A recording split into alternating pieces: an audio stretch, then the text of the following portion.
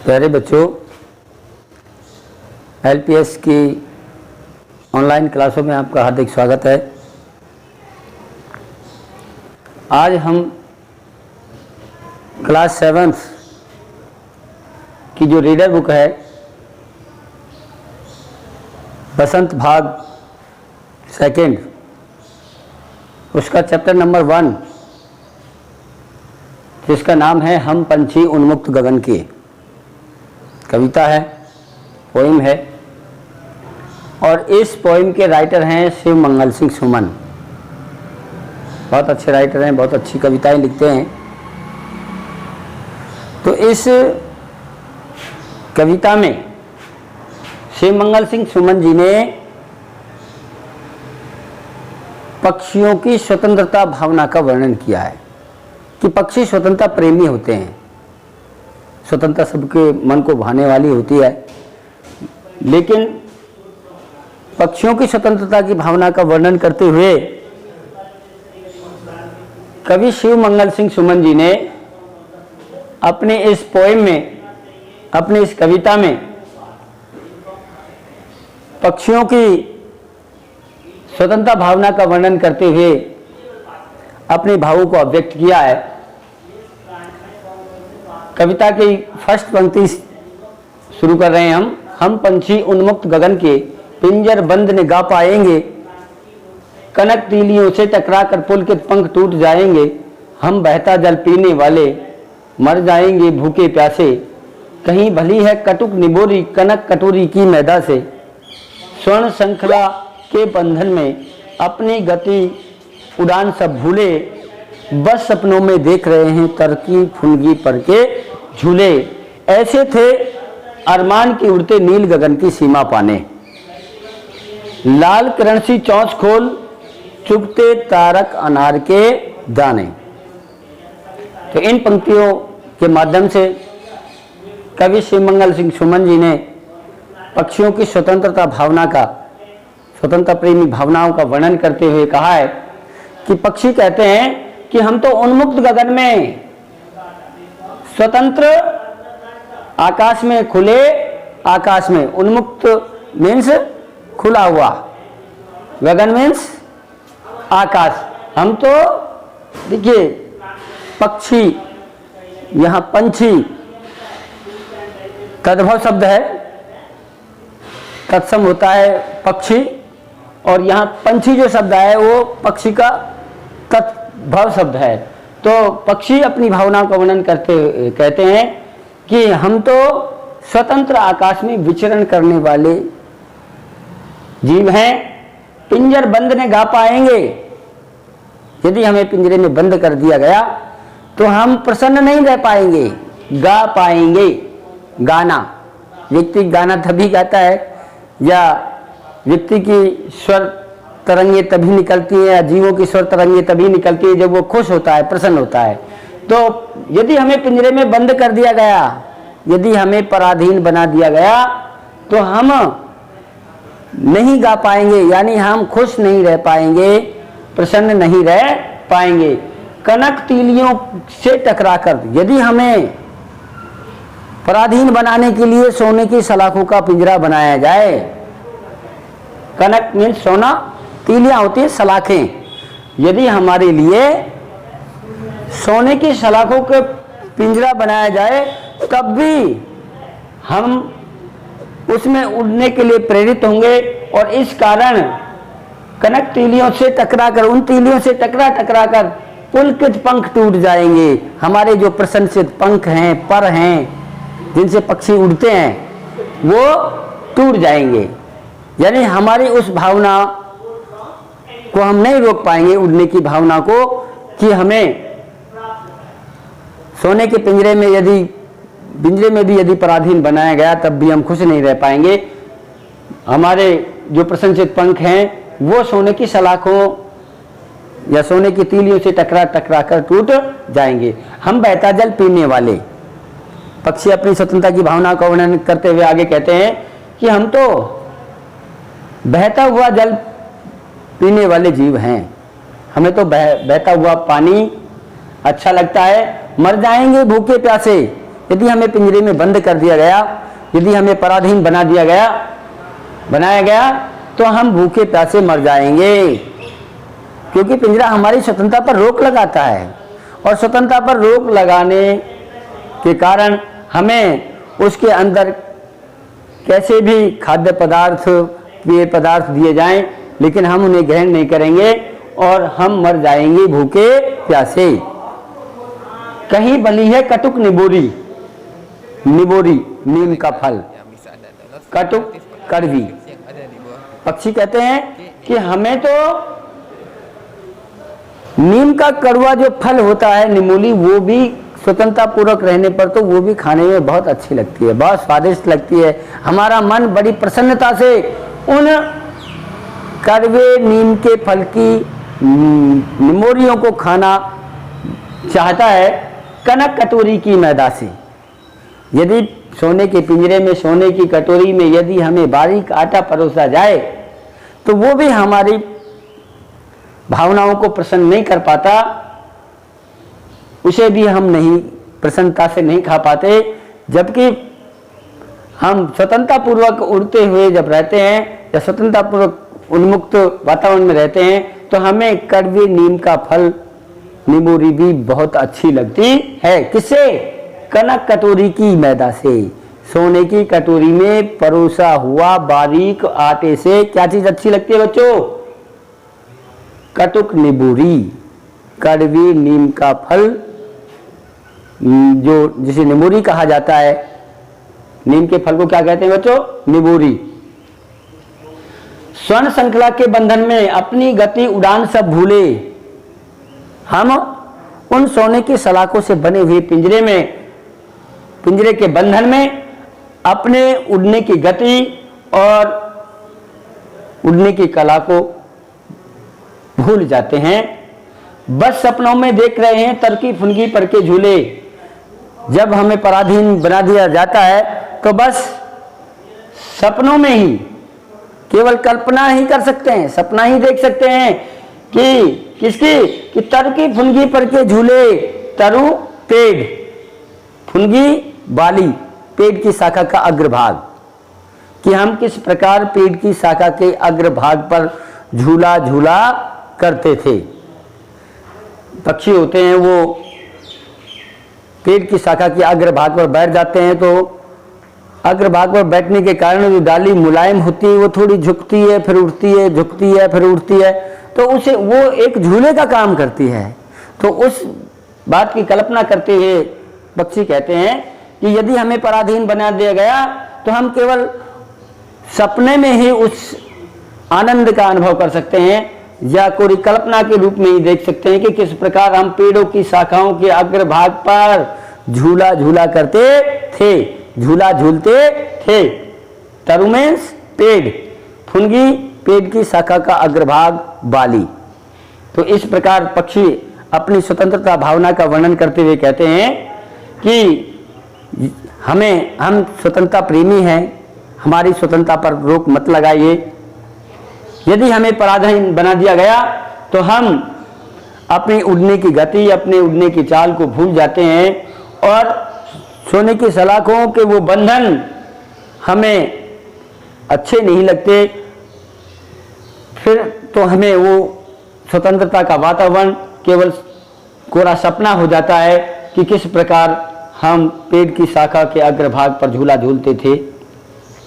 आगे पक्षी अपनी स्वतंत्रता की भावना का वर्णन करते हुए कहते हैं कि ऐसे थे अरमान के उड़ते, कि हमारे दिल में, हमारे मन में ऐसे अरमान थे, इच्छाएं थी, ऐसे थे अरमान के उड़ते कि हमारे मन में ऐसी इच्छाएं थी नील गगन की सीमा पाने कि इतना उड़ते कि हम इस नीले गगन की सीमा को प्राप्त कर जाते, कि ये गगन की ऊंचाई कितनी है, हम इसको नापते, हम वहां तक पहुंचते जहां तक गगन का अंतिम छोर है, नील गगन की सीमा पाने। ये भावनाएं व्यक्त कर रहे हैं पक्षी कि हमारे मन में ऐसी इच्छाएं थी कि हम प्रसन्नता पूर्वक उड़ने में इतना जोर लगाते कि उस नीले गगन की सीमा को प्राप्त करने का पूरा प्रयत्न करते। अंतिम पंक्तियों पर ध्यान दीजिए बच्चों। लाल करणसी चोंच खोल, और उस नीले गगन की सीमा को प्राप्त करने के पश्चात कहां पहुंचना चाहते हैं पक्षी, उन भावनाओं का वर्णन करते हुए अंतिम पंक्तियों में कविता में कहा गया है कि लाल किरणसी चोंच खोल। जिस प्रकार प्रातःकालीन आभा में सूर्य की किरणों का रंग लाल होता है, रेड होता है, उसी तरह उन्होंने देखिए रूपक जोड़ा है किससे, पक्षियों ने अपने मुंह से। मुंह को जब पक्षी खोलते हैं तो उसमें भी अंदर का जो कलर है, रंग है, वो किरणों से मिलता जुलता है। किससे मिलता जुलता है? किरणों से। लाल किरण सी चोंच खोल, कि हम अपने लाल किरणों रूपी चोंच को खोलकर, मुंह को खोलकर चुगते तारक अनार के दाने, चुगते तारक अनार के दाने, कि वहां पर उस गगन की सीमा को प्राप्त करने के पश्चात हम ऐसे स्थान पर पहुंच जाते जहां पर तारे होते हैं, और उन तारों को इस प्रकार चुगते जिस तरह किरणों के प्रभाव से तारे समाप्त हो जाते हैं। रात्रि में खूब तारे चमकते हैं, रात्रि में तारे खूब चमकते हैं, लेकिन सुबह जैसे ही सूर्य का प्रकाश फैलता है, सूर्य की किरणें आगे बढ़ती हैं, वैसे ही तारे धीरे धीरे धीरे धीरे समाप्त होते जाते हैं।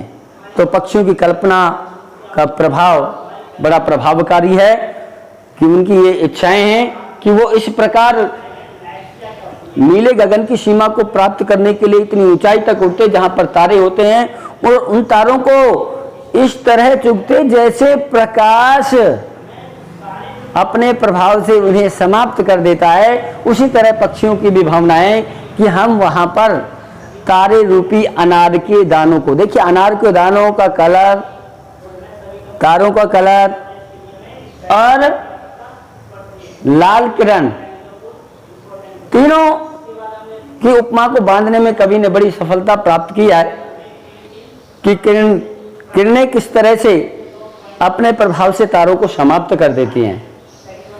उसी तरह यहां पर पक्षियों की भावना है कि वो अपनी लाल चोंच को खोलकर, जो अनार के दानों का कलर भी लाल होता है, उन्हें इस तरह चुगते जिस तरह, यानी समाप्त कर देते जैसे प्रकाश तारों को समाप्त कर देता है। तो इस तरह शिवमंगल सिंह सुमन जी ने इस कविता के माध्यम से हमें पक्षियों की स्वतंत्रता प्रेमी भावनाओं का वर्णन करते हुए बताया है कि स्वतंत्रता सबके लिए प्रिय होती है।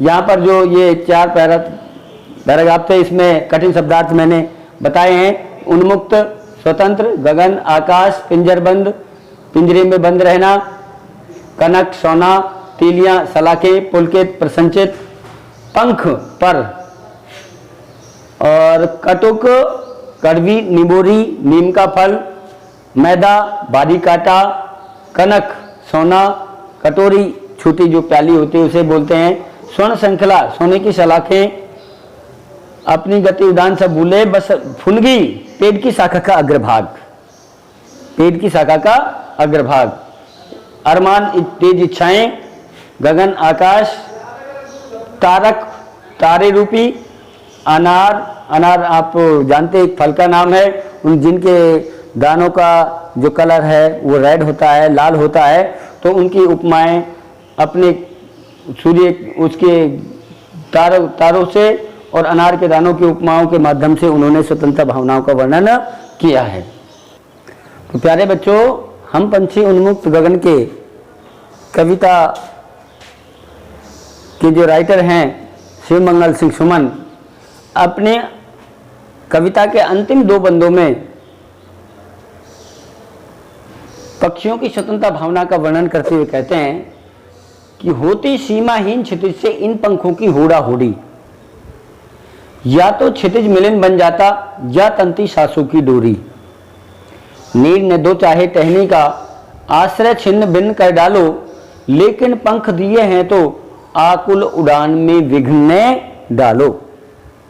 शब्दार्थ देख लीजिए। क्षितिज वह स्थान जहां पृथ्वी और आकाश मिले हुए दिखाई देते हैं। लंबी दूरी पर देखने पर हमें ऐसा आभास होता है कि पृथ्वी और आकाश मिले हुए हैं, आकाश पृथ्वी पर टिका हुआ दिखाई देता है, वो स्थान क्षितिज कहलाता है। होड़ा होड़ी प्रतिस्पर्धा प्रतियोगिता,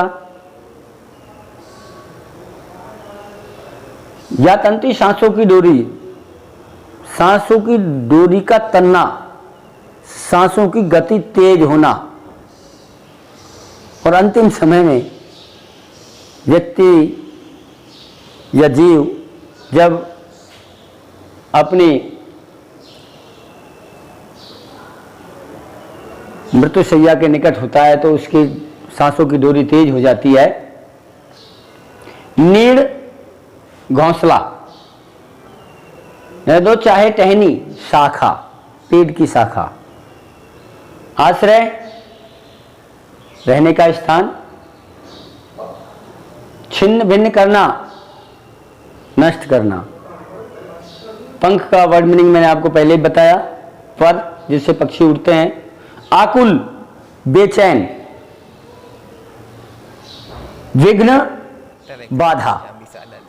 तो पक्षियों की स्वतंत्रता की भावना का वर्णन करते हुए श्री मंगल सिंह सुमन जी कहते हैं कि होती सीमाहीन क्षितिज से, होती सीमाहीन क्षितिज से इन पंखों की हुड़ा हुड़ी, कि हमारे ये जो पंख हैं स्वतंत्रता पूर्वक जब रहते हैं तो इनमें आसमान से, इनमें उस क्षितिज के स्थान को प्राप्त करने की प्रतिस्पर्धा पैदा हो जाती है। ये इतने शक्तिशाली दिखाई देते हैं कि हम उस स्थान को भी प्राप्त कर सकते हैं जहां पर पृथ्वी और आकाश मिले हुए दिखाई देते हैं, जहां पर क्षितिज है। तो या तो क्षितिज मिलन बन जाता, तो इस प्रतियोगिता में या इस प्रयास में हम उस स्थान पर पहुंच जाते जहां पर पृथ्वी और आकाश मिले हुए दिखाई देते हैं, या तंती सांसों की डोरी, या इस प्रयास में हमारे सांसों की गति तेज हो जाती। यानी चाहे हमें इस स्थान में पहुंचने के प्रयास में अपने सांसों की गति को तेज करना पड़ जाता, यानी हमारा प्राणांत भी हो सकता था। तो अपने स्वतंत्रता की भावनाओं को व्यक्त करते हुए पक्षी ये इच्छाएं रखते हैं कि हम अपने स्वतंत्रता की भावनाओं का इतना सम्मान करते हैं कि जब हम उन्मुक्त होते हैं तो हमारे पंखों में इतनी ताकत होती है कि हम उस स्थान पर पहुंचने की इच्छाएं रखती हैं जहां पर पृथ्वी और आकाश मिले हुए दिखाई देते हैं। तो या तो हम उस पृथ्वी और आकाश मिले हुए दिखाई देते हैं जिसका नाम है क्षितिज स्थान पर पहुंच जाते, या हमारे सांसों की गति तेज हो जाती, यानी हमारा चाहे प्राणायांत हो जाता। नींद न दो चाहे टहनी का। आगे अंतिम बंद में श्री मंगल सिंह सुमन जी पक्षियों की स्वतंत्रता की भावनाओं का सम्मान करते हुए कहते हैं कि पक्षी कहने लगे कि नींद न दो चाहे टहनी का, चाहे हमें पेड़ों की शाखाओं पर घोंसला मत बनाने दो, आश्रय छिन्न भिन्न कर डालो, और चाहे हमारे रहने के स्थानों को भी छिन्न भिन्न कर दीजिए, नष्ट कर दीजिए, लेकिन पंख दिए हैं तो, लेकिन यदि हमें उड़ने के लिए पंख दिए हैं, पर दिए हैं, ईश्वर ने हमें पंख दिए हैं, तो हमारे आकुल उड़ान में विघ्न न डालो। उड़ने के लिए हमारी जो बेचैन भावनाएं हैं उनमें बाधा मत डालिए। तो प्यारे बच्चों, आपने इस कविता के माध्यम से जाना कि पक्षी कितने स्वतंत्रता प्रेमी होते हैं।